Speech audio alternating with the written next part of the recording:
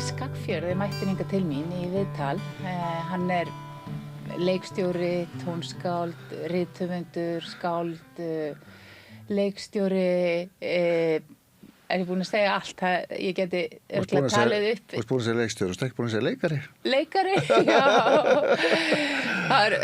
Ferilskráin margar síður, ég get lofa ykkur því. Og við erum í dag að fara að ræða sameiginlega lífsreynslu sem við áttum fyrir 15 árum síðan, þar sem að Valli var þáttakandi í þáttum sem ég gerði fyrir Stöð 2 hamingjuna. Þar sem hann tók þátt í því að auka hamingju sína á 8 vikum ásamt 8 öðrum Íslendingum. Og við ætlum að rifja aðeins þetta upp og hvað búið að gerast síðan. Og þetta áhugavert fyrir mig því að og ég var nú einmitt að hugsa sko þetta getur verið vandræðalegt fyrir mig því að Valli þekkir mig betur heldur en ég sjálf. Þannig að við erum góðir vinir og við ætlum að fara aðeins yfir þetta og ég ætla aðeins að kynna Valla, velkomin Valli. Takk. Og kannski aðeins að segja hvað var að gerast þarna í þáttunum á sínu tíma þegar að við förum á stað í þessa dagskrárgerð og við erum í 8 vikur. Já.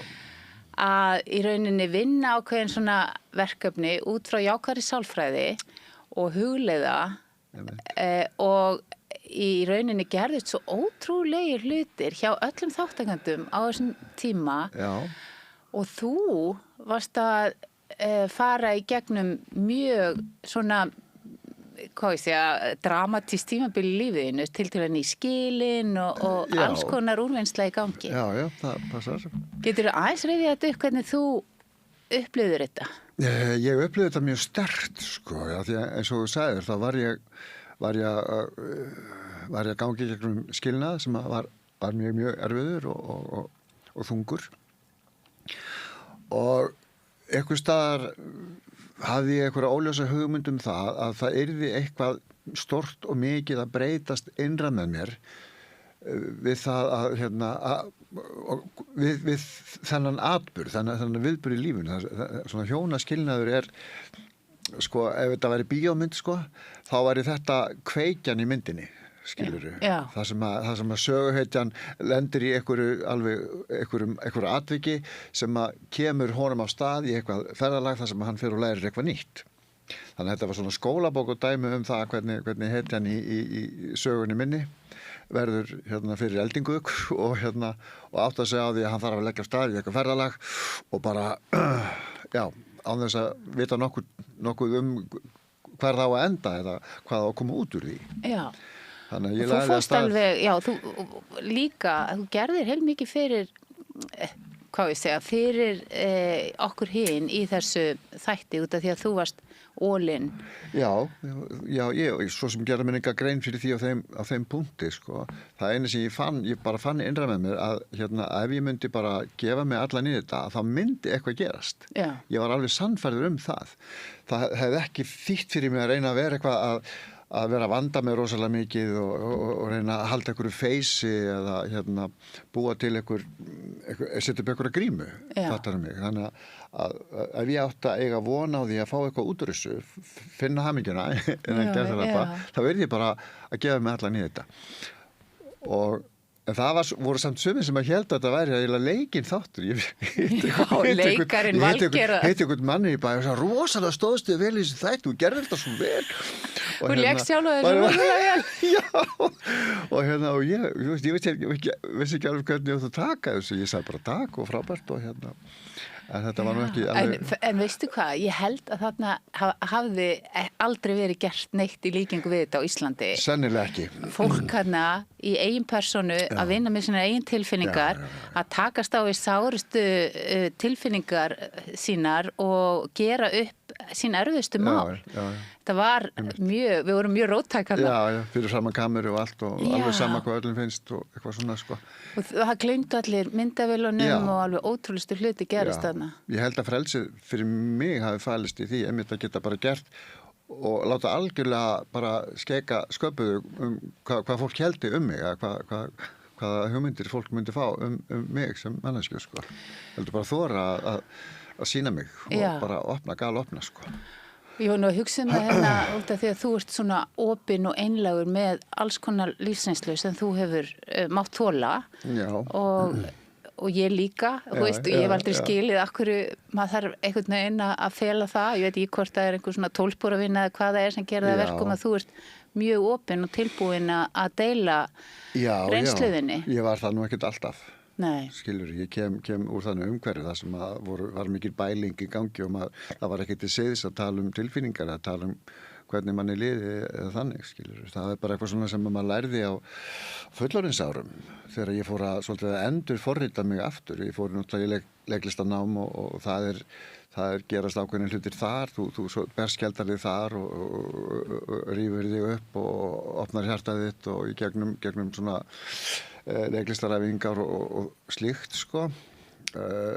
Vekur upp ímyndunaraflið sem maður var í barninu þegar maður var barn og allt þetta og fær það þjálfun í að nýta þá eiginleika sem við búum öll yfir, sko. Já. Sem hefur svolítið verið að taka frá okkur með nútímatækninni, að við erum svolítið að gefa frá okkur ímyndunaraflið. Já. Og það var eftir því sem var svona, já, ég fór að fá öðruvísi tilfinningu fyrir sjálfur mér. Já, bara strax í leiklistaskóla. Já, bara aðra hugmyndur það hver ég var. Auðvitað þannig þegar maður er í listaskóla, skilur, þá verður maður einhvern veginn sá karakter, skilur. Að vera leiklistanemi. Já, mér fannst það svolítið fyndið, sko, þegar ég gerðist leiklistanemi, sko, þá var það svona ákveðið hlutverk. Ég fekk mér svona gamalt reiðhjól og fór í gamlan frakka af afa mínum, bjó í herbyggi hjá ömmu minni og Hagamælinum og svo hjólaði ég í skólan með einhvern svona bakpoka, gamlan Hermanna bakpoka og frá sölu varnarliðsegna, sko. Og þá var þetta svona eitthvað svona þetta fyrir leiklistanemi, þú veist, það var búið til einhverja svona ímynd, sko. Já. Þannig að þá maður strax farin að búið til karakter.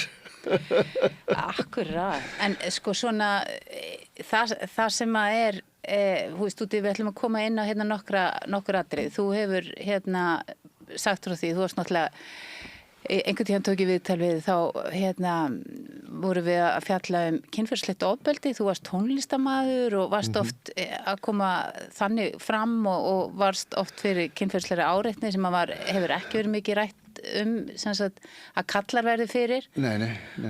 Og ég ætlaði bara svona að telja upp nokkur atriði sem ég man svona í fljótu bragði að þú hefur deilt með mér og komum fram í þessum þætti og þú átt ótrúlega erfiða barnæsku með móður sem mjög veik. Já. Og þar alls konar reynsla sem að þú veist er svona hvað ég segja erfiðari heldur en flestir hafa mátt þola og það kannski eitt af því sem við unnum með þarna í þættunum og það sem þú ert að gera upp gagnvart systur þinni og þú fer líka í svona þakklætisverkefni þar sem að þú þakkar vininu fyrir að hafa leiðbent þér í vinnu með alkoholisma þar sem hann sponsoraði þig, já. Það sem að vera svona mjög tilfinningaþrungi augnablik fyrir fram á kamerur þar sem þið eruð að rifja upp hvernig var að vera litli strákar þar sem að þið voru að borða möndluköku, þetta var svo minnistætt fyrir mig og þið voruð að segja að nú maður farin að læra að geta borða í róliheitum. Einu sinni þurfti maður að drífa sig því að annars var bara maturinn búinn að tekja fram hann. Og alls konar sem að ég hef heyrt hjá þér sem að ég hefur snert mig í gegnum tíðinu og núna langar mig að segja þú ert nýjónið 70 og lítur út eins og bara ungu maður og ótrúlega orkumikill og hress. Það með ólíkjendum hvernig þú hefur farið vel í gegnum lífið þrátt fyrir allt. Já, kannski bara af því að þakklætið einhvern veginn svo mikill hluti af kannski kærleikanum að þá ég samt þrátt fyrir allt, þá ég svo þakklætur fyrir sko allt sem ég hef fengið skilur, öll tólin sem ég hef fengið upp í hendurna til þess að koma mér í gegnum erfiðleika eða storma lífsins. Þú með einhvern örugglega góðan kjarna hana sem Já, í lagi. Það svo bara við alkabönnin, við erum svo dugleg, við erum ofsalega duglega að bjarga okkur og við lærum það mjög snemma að við þurfum bara að bjarga okkur sjálf.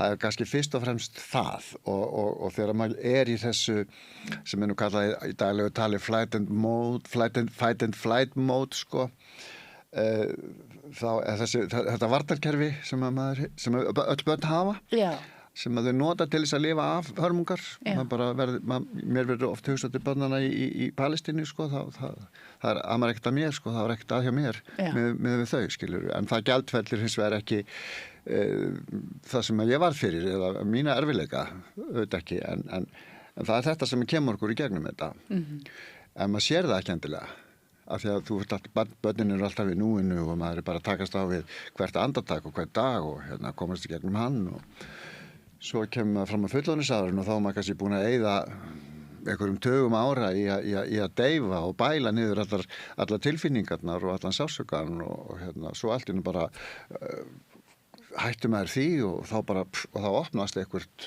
rás og það þarf að hleypa þessu út. Geturðu sagt mér hvenær þú upplifir fyrst að það opnist inn í þetta út af því að það hlýtur að hafa opnast inn í einhvern mikinn sársauka þegar að loksins þú ert tilbúin að finna fyrir þessu? Þetta gerist í svona skömmtum, þetta gerist í einhverjum svona áhlaupum, ég veit ekki, ég svo sem hafði ekki enga stjórn á því, það náttúrulega bara gerðist eins og lífi gerist, það lætur manni að höndum bera einhver verkefni og fyrsta verkefni var að hætta að drekka brennivín, sko. Þar í rauninni byrjaði fyrir 30 árum, sko. Og þegar ég átta mig á því að það hafði verið þessi, hvað maður að segja, flóttaleið. Þessi flóttaleið og fíkni vakinn, það sem að vakti fíknina upphaflega, skilur, fíkn flótti, fíkn fjarvera, þannig að maður fjarlægist sjálfan sig og maður ekki viðstaddur sjálfan sig, maður bara í einhverju ástandi. Varst ekki líka í einhverju kvennaruglu? Jú, alls konar. Maður notar allan fjandann til þess að finna sitt virði, skilur, virði sitt og stundum heldur maður að virði manns felist í því að maður sé rosalega fyndinn og skemmtilegur, að konur laðist að manni, að maður sé svona, að þú sé hinsegin og hafi svona áhrif á fólk og bla bla bla, skilurðu, og þá auðvitað nota maður það, af því að þar finnst mér ég vera einhvers virði. En það er auðvitað ekkert raunsætt mat á bak við það, skilurðu, þú þarft ekkert ég kemst ekkert að því fyrir löngu seinna, ég alveg jafn mikið virði og allir aðrir og við erum öll þess verðu að vera elskuð og fyrir það sem við erum, en ekki endilega. Trúirðu því núna? Ég trúi því núna, einlæglega, já, eftir að hafa sopið margar fjörur, auðvitað. Og ein hugmyndin virkar á einhverjum tíma og önnur hugmynd á einhverjum öðrum tíma. Það svona misjafnt hvað það sem að kemur til manns og það sem hefur komið til mín. Og það ekkert bara að hafa setið á A-fundum og Al-Anon-fundum og vinna í 12 sporum, það er svo margt annað sem hefur hjálpað og komið mér áfram eitt skref í einu, skilurðu, og mér hefur einhvern veginn auðnast að ná því og þar byrjaði það kannski í þáttunum þínum þegar ég heyrði fyrst talað núvitund.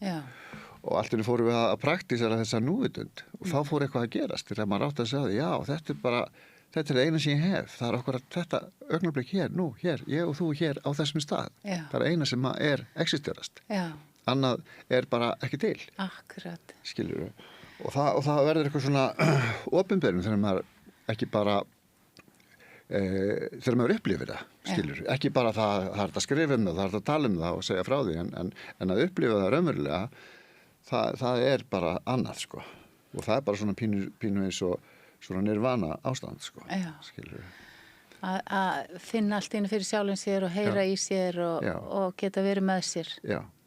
Og það er engin skömm, það er engin ótti, það er ekkert, þú veist, og engar áhyggjur af því hvað öðrum kann að finnast það, hvernig ég lít út eða er ég í lagi, var ég búin að busta tennundan í morgun, eða, þú veist, allt þetta. Ég fór aðeins að skoða hvað væri til af efni úr þáttunum, svona opinberlega og inn á vísi.is eru ennþá fullt af innslögum og kynningarefni og ég var náttúrulega ennþá fullt af diskum, DFD-diskum. Ég sá ekki einu svona alla þættina, Ásdís. Skilu, ég hef bara megnustu óbeitt á því að horfa á sjálfa mig í sjónvarpi. Já, þannig ég ég skil horfði það. ekki á alla þættina. Sko. Ég skal gefa DFD-disk en ég var að hugsa hvort við ættum að spila ljóð sem þú fluttir í síðasta þættin, þar sem þú ert einmitt að tala um þessa núvitund, hvaða áhrif hún hefði haft á þig.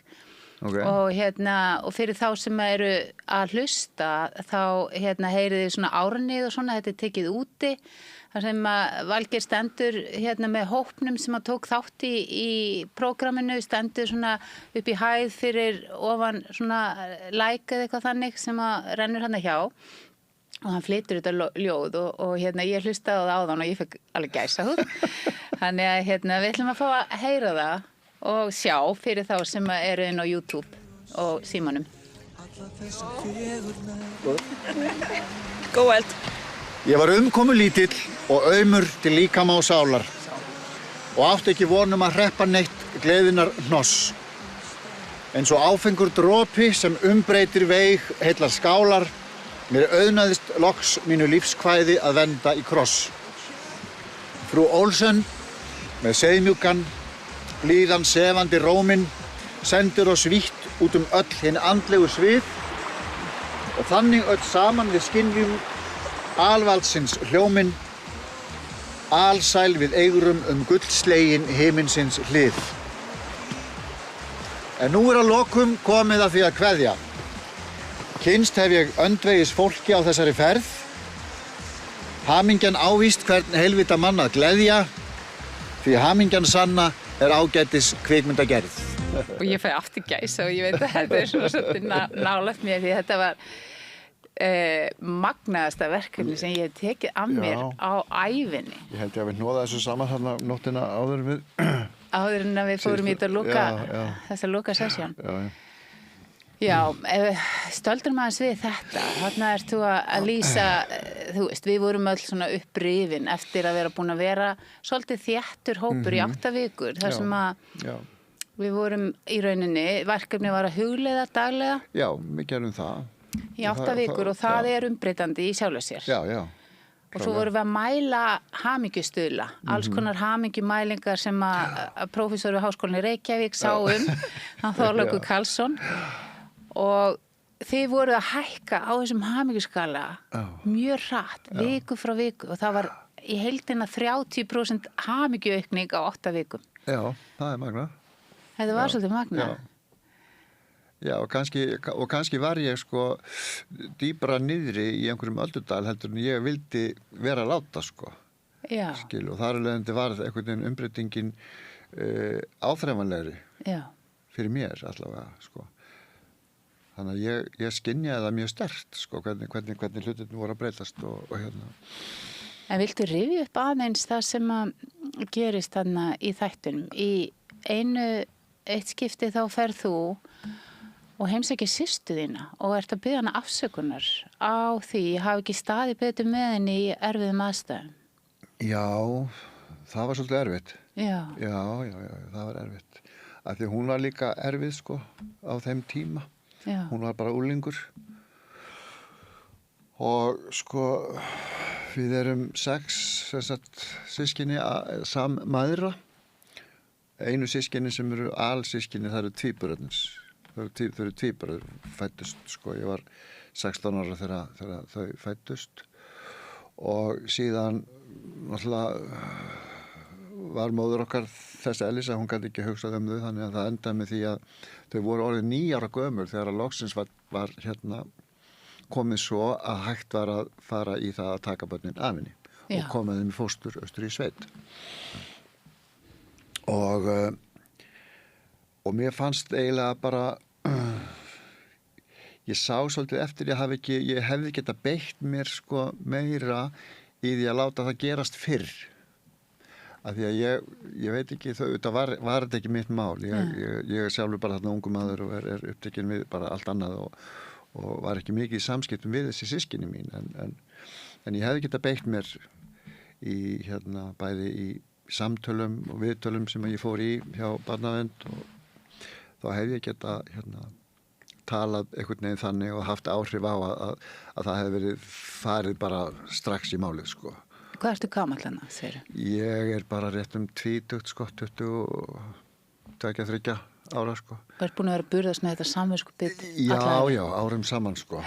Og kannski var ég heldur ekki komið með neitt almennilega yfirsýn og almennilega sín á hvað í raunverulega var í gangi, af því að ég fór bara. Þú varst náttúrulega samdauðna þessu. Ég var algjörlega samdauðna þessu og ég er elsta barn, sko. Já. Og ég fór bara heiman 16 ára, þá var ég bara búin að fá nóg af þessu rugli og fór bara, fór bara að búa með einhverju kæristu og skildi bara systur mína eftir með þessi yngstu systkin okkar. Já. Og bara, þú veist, nennis ekki. Þú varst kannski bara að bjarga lífið þínu. Já. Ég hafði enga svona heildarsýn á aðstæðuna, ég sá þetta bara út frá mér og minni líðan, en það var ekki nema 16-17 ára úlingur, sko. Já. Þannig að ég bara hugsa með raskatið á sjálfum mér, sko. En skil þau eftir skil hana svolítið eftir í skýrnum, sko. Og færð svo samviskubiti við því seinna? Já, það er alltaf hægt að vera samviskubiti. Það er alltaf hægt að hafa samviskubiti. En viltu aðeins lýsa ástandinu þarna sem að þú ert að alast upp í, bara út af því að við erum komin þangað? Mamma þín er mjög veik á alkoholisma. Já, hún var mjög veik og það fór stiguvestnandi. Það er svo, alkoholismi er stiguvestnandi sjúkdómur og þegar þú ert með svona persónuleika raskanir í ofanálag þá fer ekki vel, sko. Þannig að Og það er náttúrulega tvennt í þessu, bæði það að já, og þú ert í svona þessu sambandi við móðina sem er svona ótrúlega veik og gerir alls konar skrýtna hluti gagnvart þér og systkinum ykkar það verða alls konar hræðilegir atburðir á heimilinu sem ég veit ekki hvort við förum út í og svo er pabbiðin víðs fjarð og veist ekki hver pabbiðin er og það er alveg heil saga líka. Já, þannig að þið eru meira og minna ein að alast upp hjá svona ótrúlega veikri konu. Já. Og hún hafði enga burði til þess að sjá það, sko. Hún gat ekki unnið fyrir sér og við vorum bara að lifa á einhverjum peningum frá Tryggingastofnun, einhverjum mæðralaun og meðlög og eitthvað slíkt, sko. Við vorum að tala um að vera svangur og vera hræddur að fá ekki bitan sinn og þurfa að flýta sér með möndlukökuna. Það fannst mér mjög athyglisvert að heyra. Sko, tíðarandið var auðvitað sá, sko, það var alltaf kallað mann, sko, borða með undir heitt. Þannig að maður þurfti að skopla matnum í sig á 0,1 til í fyrsta lagi til þess að saltfiskurinn myndi ekki storkna í hamsafettinu, sko. Það var ekkert geðslegt. En þetta svona gekk svolítið út á það, drífa matinn í sig og koma sér svo út aftur að leggja sér. Þannig var þetta. Og svo alltaf þróast þetta seinna upp í það að þegar er ekki til matur á heimilinu og maður er að nurla saman einhverjum seljaflöskur eða eitthvað til að geta keypt kjötfast til að smyrja á fransbrauð og steikja á pönnu, sem að var nú stundum það eina sem að hægt var að borða til, þú veist, eða síðustu tekjakskökurnar sem voru til í skápnum eða eitthvað slíkt, sko. Já. En þetta bjargaðist nú samt alltaf einhvern veginn, sko. Það var, og svo einhverju tímapunkti... Þið drápust ekki allavega? Nei, ég meina, svo kom það fyrir að amma kannski kom inn eftir, sko, með strætó og skildi eftir poka með mat fyrir utan útidyrnar, sko. Já. Eða eitthvað, það var alls konar, það var alltaf einhver sem kom og bjargaði, sko. Hefur ekki getað farið inn í þetta inn í þennan litla strák, þannig eftir þú varst fullorðin og færum að svona vinna úr þessu. Hefur ekki getað heimsótt hann og fundið hvernig hann leið? Já, það var nú eitt verkefni, sko. Það var eitt verkefni sem að ég fór í gegnum, sko. Og já, ég veit ekki hvort það er sniðugt að vera kannski að tala um það, en ég er búin að sjá hann. Ég er búin að sjá þennan litla dreng og ég er búin að taka hann í fangið og ég er búin að segja hann að það verði alltaf leið með hann og hann sé alveg öruggur. En stundum er það þannig í lífinu eins og með kannski marga allavega þá er maður stundum að bregðast við fólki og aðstæðum eins og þessi litli strákur, sko. Já. En ég sé það, nú sem fullorðinn einstaklingur, þá sé ég að þetta eru viðbröðun eru hann sko, en ekki ég, þessi fullorðni sko. Þannig ég það stundum að hafa vit fyrir honum og segja honum að þetta sé allt í lagi og hann þurfi ekki að bregðast svona við, þetta allt í lagi. En þetta með matinn, ég ennþá í basli með þetta, ég borða ennþá ógeðslega hratt og síðast í gær var ég að borða og þú veist, og kona mín sagði mér ég væri bara svona eins og ég væri rosalega stressaður því ég var að borða.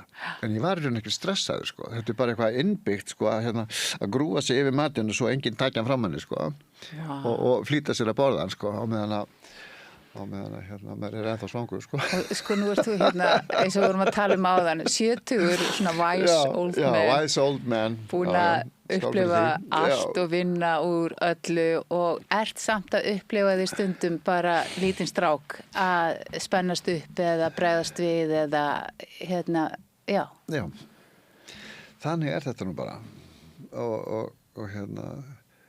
og það sem svo skrítið að bara leiðum að viðkennir það þá verður þetta auðveldara af því það svo mikið djobb að vera breiðið yfir það og þykjast að þetta sé ekki það sem það Akkurat, það getur bara sagt þetta bara það sem það og það bara svona, þó ég sé orðin 70 skilur og bara en ég veit ekki hvað það þýr, ég meina afi minn dó 72-3 ára gamall sko og var orðin hundgamall örugglega já, hann var bara gamall kall með hatt og tók í nefið og gekk í skólhífum og svoleiðis sko, en mér finnst ég ekki vera þannig, ég ekki þar ég meina, ég mun fulla heilsu, það ekki að mér og ég hleyp upp fjöll og fyrnindi og blæs ekki nös þannig að En hvað það sem við hvað aðstæður það líklegast að þú bregðist við og fari í þess að tryggara sem að tryggara hennan litla strák? Það nú stundum í nánum samskiptum, það gerist stundum í nánum samskiptum og já og þegar verða árekstra sko þá verður stundum bara sprenging af því að ég hef ekki verið duglegur að bara tappa af sko jafnóðum og hlutuðu koma upp sko heldur bara já maður bara þegir sko og já þetta var þetta já og svo ég eitthvað með það í hausnum á mér eitthvað smá tíma svo bara parkar ég þessu og svo kannski nokkur dögum setna kemur upp eitthvað atvik og þá verður bara sprenging því þá bara kemur allt upp sem ég á búin að pressa niður og Þannig að tilhneigingin að halda öllu niðri Já. Og svo bara komið að einhverju að þú getur ekki lengur bælta og þá, hvernig sprenging kemur? Reiður? Það bara, kannski bara segir maður eitthvað sem maður, kannski maður hefði átt að segja það fyrr, sko, af því það hefði ekki verið orðið eins aggressíft, sko, skiljum. Þetta er ekki svona stóra alveg mál, skiljum, maður bara geltir aðeins, skiljum, þetta bara svona svolítið kannski átti það eins og hundur sem geltir, þetta er ekki ofbeldisfullt, sko. Bara kannski það eðlilegt, eða hvað? Gætirðu séð fyrir þér að fólk sem elst upp eins og við í aðstæðum það sem það mátti ekki sína neina tilfinningar, maður ekki inn í herbyggi eða maður bara sagði múk. Þannig að það var enga tilfinningar leyfilegar og svo erum við fullorðinsárum einhvern veginn að reyna að díla við allt þetta sem við erum ekki eins og að vita hvað þessar tilfinningar heita sumar. Nei, maður fékk enga þjálfun í þessu sko, en það var bara slegin utanundir að maður sagði eitthvað sem að, það var bara lenskan í þá tíð sko. Ég hef nefnilega heyrt, sko, ég veltaði fyrir mig út í eitt sem að mér langar að nefna og þú verður bara að segja hvort þú vilt tala um það, en þú last einu sinni fyrir mig kafla úr bók sem þú ert að skrifa mömmu þína. Þar sem að þú ert að lýsa svona því hvernig hún fer langt yfir strikið gagnvart þér, svona einhverjum unglingsstrák sem er upp í rúmi hjá henni og hún er að koma við þig á óviðeigandi hátt. Já. Þú ert að skrifa þetta núna í einhverjum... Já, sko, þetta er rosalega viðkvæmt mál, sko. Ég náttúrulega leitaði mér aðstofar í einu stigamótum á sínum tíma til þess að vinna í þessum málum af því þetta eru auðvitað kynferðisofbeldi og ég sá þetta aldrei sem kynferðisofbeldi. Þetta var bara eitthvað sem var bara rosalega vont og fyllti mann af einhverju skömm, skilurðu. En ég á ekki þessa skömm, henni bara varpað á mig, skilurðu. Já. En ég var þekkti ekki þetta sem kynferðisofbeldi, skilurðu. En svo fer umræðan að breytast og fólk farið að tjá sig þetta opinberlega og segja frá þessu. Þannig að ég átta mig á því að þetta ekkert sem ég þarf að skammast mér fyrir af því að ég gerði ekki nokkuð skapaðan hlut af mér. Akkurat. Ég er bara drengur og þarna þessi kona sem að það er búið að varpa einhverju hlutverki á mig sem að ég á ekki að hafa. Þannig að ég er orðin umönnunur aðili það hefur snúist við, sko. Þannig að í staði fyrir að móðurinn alveg upp barnið sitt, sko. Og venda það. Þá er ég orðin svona þáttakandi og meðvirkur í athöfnum fullorðinnar konu sem er veik og hefur ekki mörk og kann ekki fótum sínum forráð og gerir hluti sem að mæður eiga ekki að gera. Og þetta þvælist fyrir ungum manni eins og mér, sko. Og þannig að ég bara íti þessu til hliðar og svo þegar ég fer að fullorðnast og verið í hjónabandi og sambúðum og eignast mín börn og svo framvegis, að þegar þetta bankar upp á þá er eina sem kemst að bara íta þessu í burta því að það fylgir þessu svo mikil skömm. Og skömm er einhver tilfinning sem hefur elt mig mjög lengi, í mörg ár. Bara skömmin yfir því hvaðan ég kem, hvernig þetta var, eins og ég hafi borið einhverja ábyrgð á því, skilurðu. Nei, það er ekki þannig, sko. En það að hafa fengið tækifæri til þess að vinna úr þessu, þannig að ég hef ekki farið þá leið að bara drekka ógeðslega mikið og verða ofbeldisfullur sjálfur og bara, þú veist, verða glæpamaður eða whatever, skilur. Til hamingju með það bara. Já, þá hefur mér borið gæfa til að hitta einhvern veginn rétta fólkið á réttum tíma sem hefur geta hjálpað mér og leiðbeint mér og ég fengi svo góða kennara til mín inn í mitt líf sem hafa kennt mér svo mikið. Já. Þannig að það er það sem ég kannski hvað þakklátur, að því vorum að tala þakklæti í byrjun, sko. Það er það sem ég er svo þakklátur fyrir, allt þetta fólk sem eru orðið á vegi mínum og sem ég kalla þetta englana mína, þetta fólk sem hefur komið og kennt mér svo mikið lífið og mig, sko, og tekið mér bara eins og ég er og sýnt mér vændumþykju og hjálpa mér til að trúa því að ég sé einhvers virði sem manneskja, skilurðu. Að ég sé bara það sem nægilegt fyrir mig bara að vera. Ég þurfi ekki að afreika á nokkurn skapaðan hlut, sko. Sú blekking eldi mig líka mjög lengi, sko. Ég þurfti alltaf að afreika svo mikið og sanna svo mikið að ég væri eitthvað. Af því það var svona keppikepli í fjölskyldunni, allir þurfti að vera eitthvað, sko. Af því að enginn var neitt, sko, í augum ömmu minna, sko. Það þurfti allir að verða eitthvað. Já. Þannig að og maður var endalaust að reyna að lifa upp í það, sko. Þú veist, langt frá maður fullorðins á, sko. En þú hefur nú heldur betur sannaði á ýmsum vettvangi. Já. En ég hef ekki... Og þú, ég meina, ef við bara tölum það, þú veist, þú ert svona eins konar tónlistasnillingur á unga aldri, ertu að spila á píanó bara eins og hvað, ég veit ekki. Já, ég var voða flinkur sem krakki, sko. Askilnasi. Já, en ég fór nú ekki í klassist framhaldspíanónám, sko, þó ég hefði kannski átt að verða koncertpíanisti, en það varð ekki, skilur, ég var bara öðruvísi. Má ég telja upp, og því að þú er nú líka bara gott að ég að fá smá hrós, sko. Heyrðu, þú átt 4 alveg stórkostlega dætur og barnabörn. Ég meina, vá, það er nú afrek og ég veit að þú syndir því að mörguleiti betur en flestir aðrir að vera í foreldrahlutverkinu sem er nú kannski út af því að þú vildir gera vel þar. Já, sannarlega. Og ég meina, þú ert búin að vera leikstýra út allt land. Þú ert búin að vera í hverja einsta krummaskuðu landsins að vinna með leikhópum að setja upp alls konar snilldarverk. Má ekki segja krummaskuð. Þetta er yndislega staðir. Já.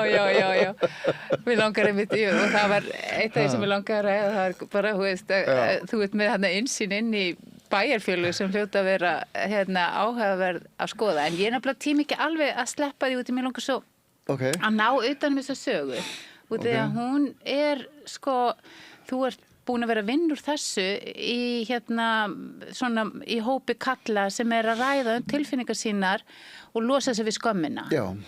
Og það svo áhugavert að það sé hægt að vinna sig í gegnum þetta og komast í þessa sátt. Já, það magnað í sjálfu sér sko, að því að og það, sko, sumum finnst ekki taka því að fara að gera eitthvað í þessu, skilur, að því þeir eru orðnir 70 eða átræðir eða hvað svo sem það að við höldum að við eigum ekki erindi, að við eigum ekki aðgangum með það inn í svona hjálpar meðferð eða hvað við kallum þetta, leiðsögn, leiðbeiningu, og að sitja með í hópi karlmanna á misjöfnum aldri sem að eigum þessa sameiginlegu reynslu og á þess að nokkur hafi opnað munnin eða sagt nokkur skapaðan hlut, bara sitja þarna inn í rými með þessum mönnum, það bara gerist eitthvað innra með manni, eitthvað ótrúlega magnað, og ég get ekki lýst því þess að það er engin orð sem ég geta lýst því, þetta er bara eitthvað tilfinning sem að grípur mann. Þetta er pínlítið eins og kvíði, pínlítið eins og tilhlökkun, pínlítið eins og eitthvað svona gleði, eitthvað svona fullnægja, eitthvað svona, já, hér á ég að vera, hér gott að vera. Þetta er eins og kannski að skynja návist Guðs, skilur, eins og maður skilur hann, eða ekki eins og ég skilur hann, því ég skilur hann alls ekki, heldur kannski meira eins og maður upplifir hann, sko. Þetta getur verið hluti af einhverjum guðdómleika að sitja í þessari orku, þar sem við erum að heilast. Ég meina, við höfum lesið sögurnar úr Nýja testamentinu þegar Kristur út bara í sama rými og Kristur, eða snertir klæði hans og það gerist eitthvað. Þetta er eitthvað svona orka, þetta er eitthvað, og við tölum heilunarorku. Við erum að heilast, við erum að heila okkur, við erum að bera smyrsla þessi sár sem við urðum fyrir sem börn. Og nú erum við þarna á allir fullorðnir, skiptir ekki máli hver talan hvort við erum 70, 60, 50, 30, whatever, að það verður eitthvað sem á sér stað sem er algjör einhvern galdur. Og allt í einu bara, já, þetta verður allt í lagi. Og það er þetta afl sem maður getur heilað okkur, sko, þessi guðdómur. Já, þetta er Wow. Já, og það er það sem þetta er, sko. Og þessi kraftar, sko, þeir hafa alltaf verið til á jörðinni, sko. En bara vestræna samfélagið er einhvern veginn orðið svo fyrt og og það er svo mikil hraði, það er svo mikil hávaði að við náum ekki að tengjast inn á þessa bylgjulengd, sko. Þar sem að þessi guðdómur guðdómleg, svona eins og blessun já, svona vernd og blessun sem að heilun.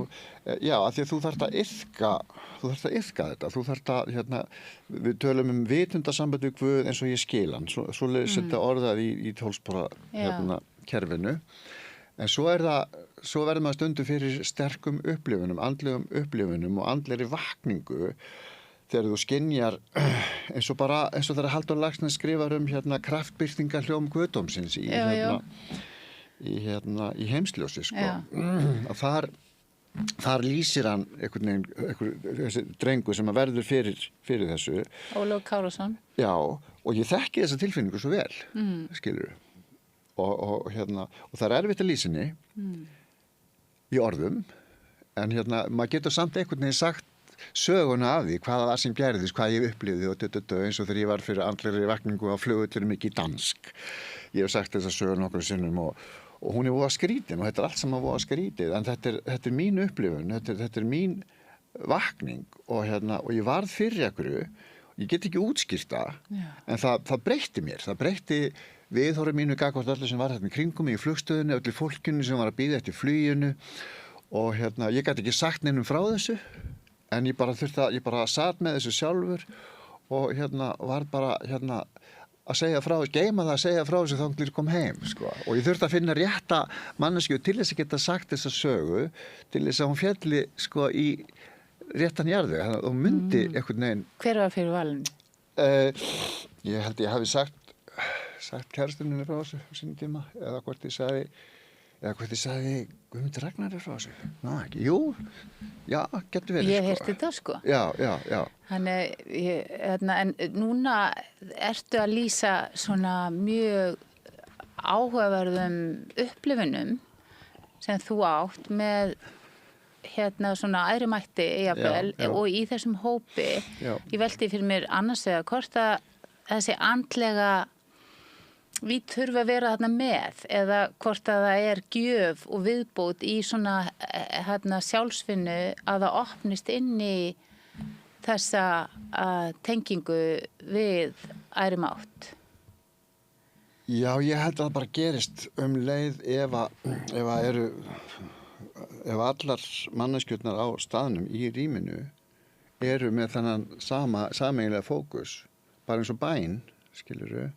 Ef það eru 10 manns og allir eru að fara saman með bæn, sem að biðja fyrir ykkur fólki sem er orðið fyrir ykkur veikur á spítala og við ætlum að fara saman. Það búið að mæla þetta með svona tíðnitækjum, það verður til einhver galdur. Það gerist bara eitthvað, sko.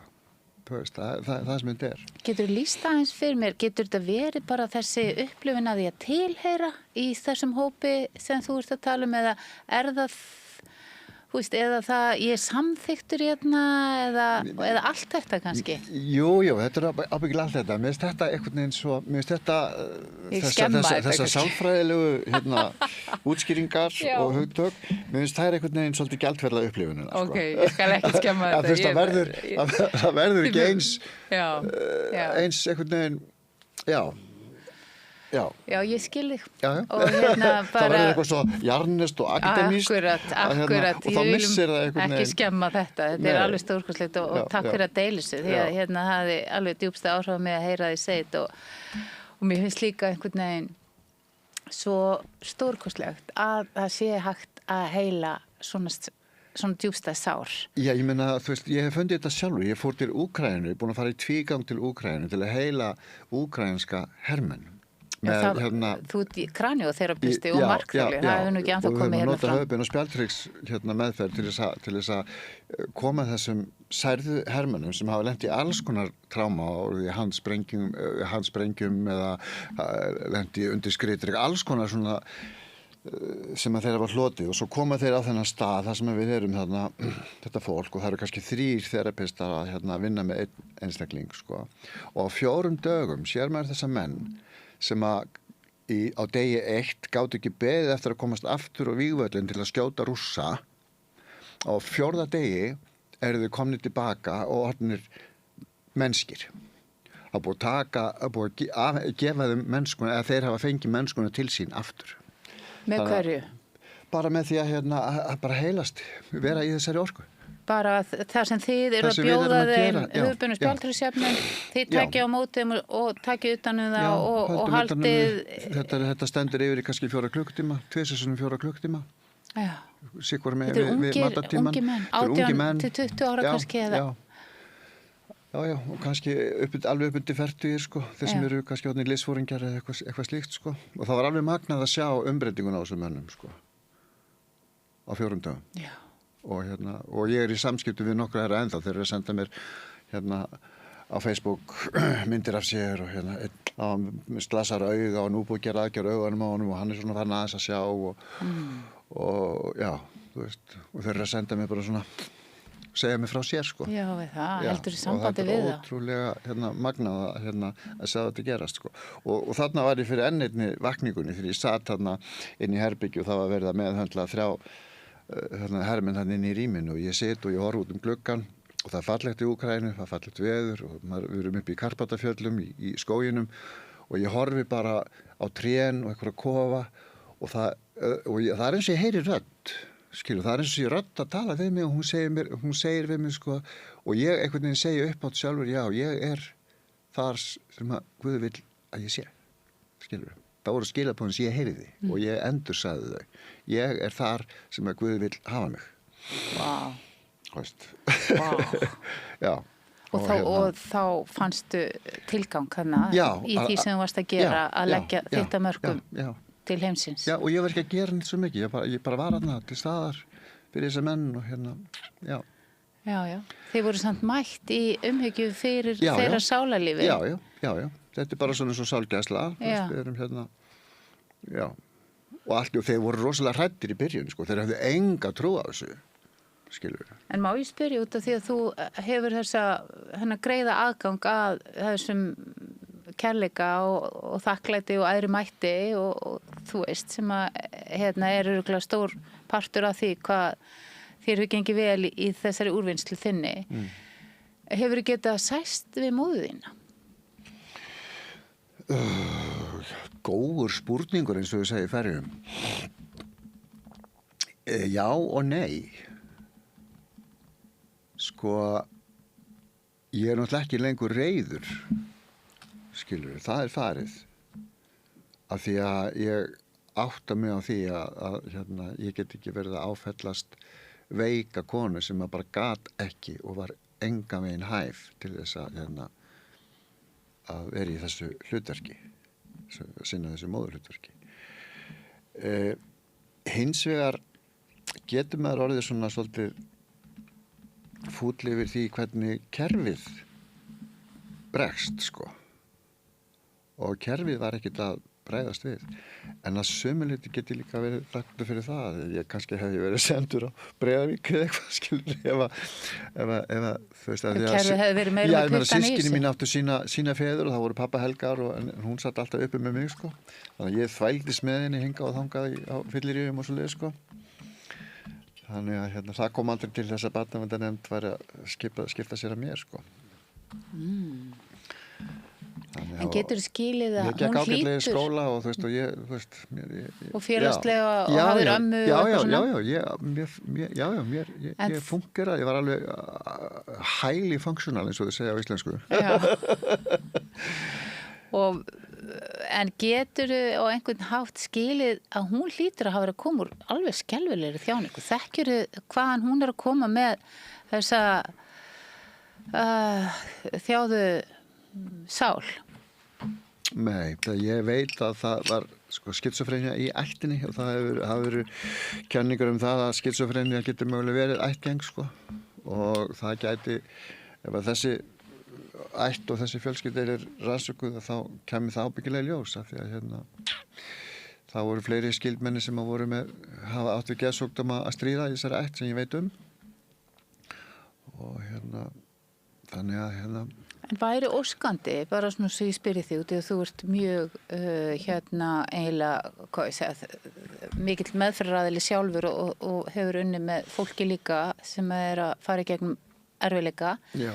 Hvað væri æskileg lausn fyrir þig til þess að þetta væri ekki að trufla þig?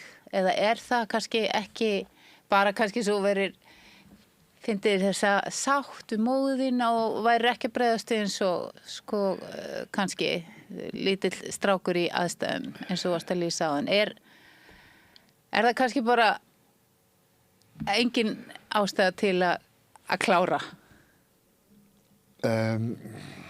Ég náttúrulega reyna að vera með erfiðar spurningar. Já, ég veit það.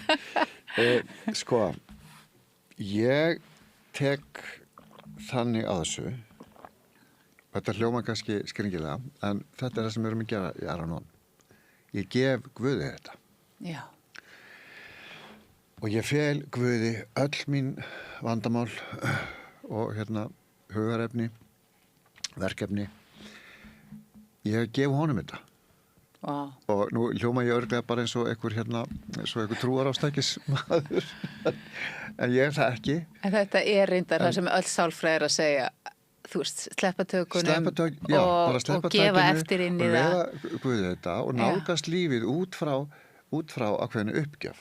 Ég bara gefst upp. Og í trausti. Já, af því að lífið lætur ekki stjórn. Nei. Og ég get ekki stýrt öðru fólki. Ég get ekki haft áhrif á neitt nema kannski bara mig og það sem næst mér. Og auðvitað erum við alltaf að hafa áhrif hvert og annað. Og ég búin að vera svo lánsamur að ég fengi að kynnast rosalega mörgu fólki, ég búin að fá að vinna alls konar vinnu og ég hef alltaf fengið verkefni sem að mér finnst vera skemmtileg og sem að þroska mig og gefa mér eitthvað og þannig að ég býst við að þessu fótspor eftir mig víða þú veist, ég hef verið kennari, ég hef kent stórum hópi barna og ég er ofta að hitta þetta fólk sem er lengur fullorðið og það man eitthvað sem ég sagði eða eitthvað, skilur, þannig við erum við að hafa áhrif á einhverja aðra, eitthvað annað fólk sem er bara fallegt og þannig er bara lífið, það eru samskipti, við erum félagsverur og við höfum áhrif hvert og annað og við reynum að hafa áhrif hvert og annað, en ég vil hafa áhrif þannig að í gegnum kærleikann, að bara taka fólki eins og það koma fram við að virðingu að því að þá færðu það tilbaka og ekki að dæma fólk og ekki setja það í kategóriur og flokka og þessi svona, þessi hinsinn og allt þetta sko.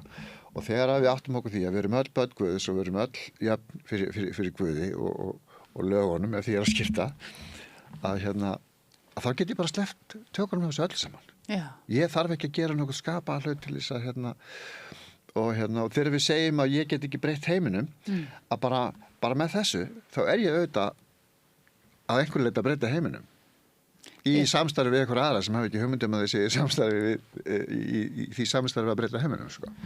Meinur bara með því að gefa eftir og vera frekar í svona flæði og kærleika, þá ert þú að leggja gott til. Já, þannig sé ég þetta. Og ekki líka þá, hefur orðið vitna því, þú segir ég bara sleppi tökunum og bið Guð að finna út úr þessu fyrir mig. Já. Kemur svo stundur lausnin? Eða finnst þér eins og það leysist að sjálfu sér? Það leysist yfir þetta sjálfu sér. Já, eins og ég bara, núna var ég norður á Ströndum með leikstýra í vetur og það gaf á bátinn þar sko, það var rosa mótlæti og það var alls konar veður og vindar og það var hitt og þetta og ég var það bil að þegar ég var alveg að fara að gefast upp á þessu Fórst á bæn? Fórst á bæn? Já, og það var ekkert annað að ræða fyrir mig sko og svo var komið að það veiktist einn lekarinn og hann þurfti að fara með sjúkrabílsöðu til Reykjavíkur og þá voru nú góður á dýr sko þegar þetta var einn mikilvægur póstur í sýningunum var bara ekki lengur með og ekkert þetta fyrir að gæta enginn hlaupið í skarðið og hvað á að gera? Þá var ég bara sjálfur að gera það skilur við og svo var ég að spyrja mig stöðugt sko, hvað ég að læra af þessu? Og ég ekki komið með svarið ennþá en þarna var ég bara það var ekkert sem ég gæti gert sko. Þá það að fara inn í flæðu og bara fylgja straumnum en þarna þú spyr líka því hvað ég að læra af þessu þannig að þú ert búin að sjá það á þinni vegferð að það lærdómur og þroski í öllum þessum verkefnum sem þú hefur fengið. Já, og aftur ég ofta að læra sömu leksíuna, sko. Það treystu bara. Já. Treystu bara, fyrir þetta verður allt í lagi. Já. Og hverju ertu að treysta þá? Þá ég bara að treysta Guði, þá ég bara að treysta flæði lífsins, skilurðu. En ekki að því að hluturinn ekki akkurat í þeim skorðum sem ég vil hafa á þessari stundu. Þannig að því ekki fyrir mér en að knýja fram af öllu afli einhverja niðurstöðu sem að mér hugnast. Skilur. Þetta bara þarna, þetta eins og ég hef, þetta það sem að, og svo bara afhjúpast þetta fyrir fram að mig frá einu andarteki til þess næsta, sko. Ég á einhverjum stað núna þar sem ég að velta fyrir mér, sko, getur maður ekki hægt að vera að vinna með sig? Þegar maður komin á þennan aldur út af því að það tekur ekki eða má ég spyrja mörgum finnst það þú ert 70 núna bara hægt að fara að njóta lífsins núna það á að vera hægt mér finnst það eigi að vera hægt en ég náttúrulega bara ófullkomin manneskja og ég lendi í því að fara í og lenda í og verða valdur að einhverju svona sem eskalerast upp í það að verða svona dægur þras við sambýliskonu mína og ég hugsa stundum með mér ég er orðinn 70 og er ég virkilega að kýta það hvað ég er búin að hver á ríksu eða hvað ég er búin að setja marga þvottavélar í þessum mánuði og svo framvegis en þetta alltaf bara partur af lífinu líka og það ekki nóg bara ég get ekki gefið Guði þetta skilur ég verða að taka ríksuvel og ríksua og gera mitt og af því að mörgum finnst að það sé bara eitthvað ábyrgðarleysi fólki í því að bara gefa Guði öll sín vandamál skilur fólk verðist ekki svona Þú þarft alveg að vera með fæturnar á jörðinni þegar kemur að heimilishaldinu. Auðvitað, það er bara partur af þessu. Ég þarf að fara út með ruslið og þó bílinn minn og alls konar svona. Það er bara, Einhver sagði við mig, og nú sameiginleg vinkona okkar, hún Erla Ólafs, hún sagði, þegar þú erum fullkomið þá eru bara 7 mínútur eftir ólifað. Mér langar ekkert að vera fullkomið. Nei, þið langar ekkert að fara strax. Nei, en ég þarf að heiðra minn eigin ófullkomleika. Eins og bara þau tímamót að verða allir 70 sko, og ég fara að segja, oh my god, ef ég lendi í bílslýsi þá kemur í fréttunum að maður á áttræðisaldri hefur slasast. Það hljómar alveg ræðilega. Rosalega illa. Mér veist ekkert mál að vera 60, mér veist ekkert mál að vera 50.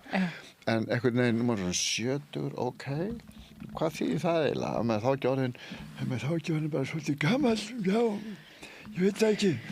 Hvað óskar þú þér að fá að upplifa á þessum síðustu áratugum ævinnar? Bara gleði og bara hafa gaman. Þú veist, nú er ég orðin það gaman, að ég bara á það skilið það bara hafa það gaman. Hvað finnst þér mest gaman? Mér finnst eiginlega margt voða gaman, sko. Mér finnst gott að vera bara, ég þarf ekkert eitthvað rosalegt fönn, skilur, ég er alveg vaxin upp úr því. Bara svona stundir eins og að labba úti með hundin minn í fallegu veðri, skilur. Það er bara stundum nóg. Svo er líka voða gott að hitta vera með hóp af góðu, yndislegu, skemmtilegu fólki sem að þykja vænt hann og mann þykja vænt og drekka kannski kakó saman eða syngja saman eða eitthvað svona. Það er líka voða gaman og skemmtilegt. Já. Það er sem mest gaman. Það er ágætis aðstæða. Já. Ef að við förum aðeins bara yfir það sem við erum búin að ræða í lok þáttarins, geturðu aðeins svona spegla þessa reynsluðina af hamingjans sanna, fyrst við byrjum á því, þannig ég haldi þræði, ég er alltaf að halda þræði býtu, við ætlum að ræða um þetta.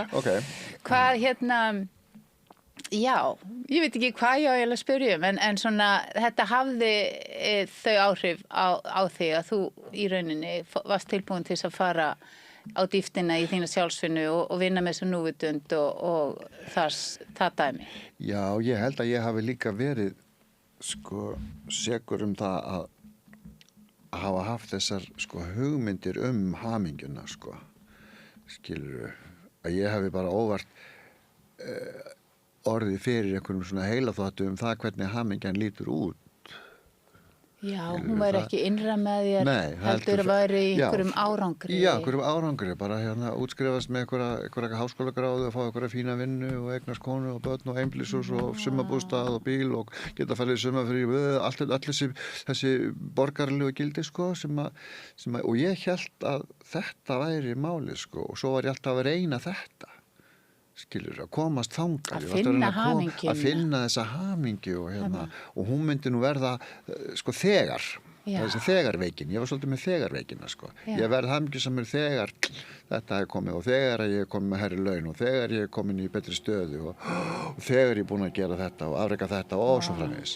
Og nú ert þú búin að lýsa nokkur sinnum í þessu viðtali svona hamingju upplifunum sem þú hefur átt og þau eru öll svona einhvern veginn innra með þér í einhverjum svona einföldum aðstæðum þar sem að þú fær bara upplifun af hamingju og þessari alsælu í tengingu við æðri mátt.